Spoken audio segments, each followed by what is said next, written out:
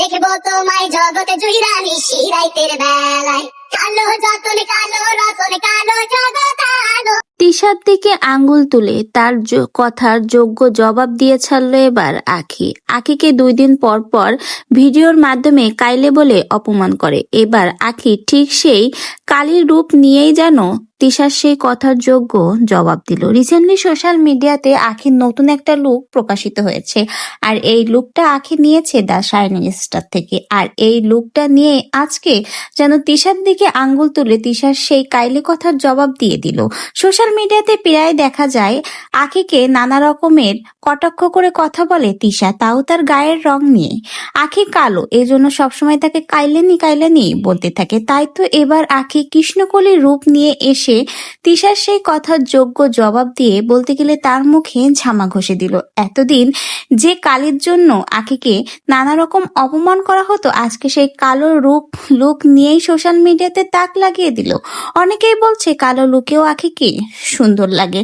আখির চেহারাটা এমন যে লুক নিক না কেন আখিকে চমৎকার লাগে। যেমন ব্রাইডাল লুকে লাগে, ঠিক তেমনি নর্মাল সাজলেও আখিকে চমৎকার লাগে।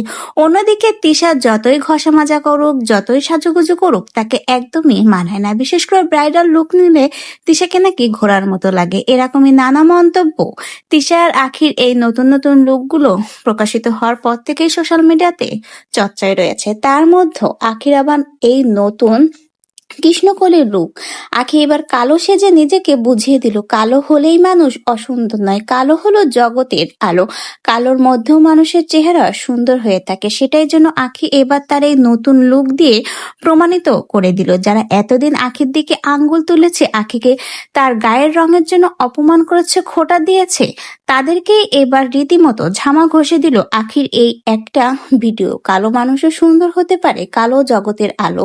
কালো মানুষ হলেই যে সে অবজ্ঞা অবহেলার পাত্র নয়, সেও যে জীবনে কিছু করে দেখাতে পারে, তার প্রধান উদাহরণ এবার আখি নিজের এই নতুন কালো লুক নিয়ে সকলকে দেখিয়ে দিল। তো ভিউয়ার্স, আখির এই নতুন কালো কৃষ্ণকলি লুক আপনাদের কেমন লাগলো কমেন্ট বক্সে জানিয়ে যাবেন।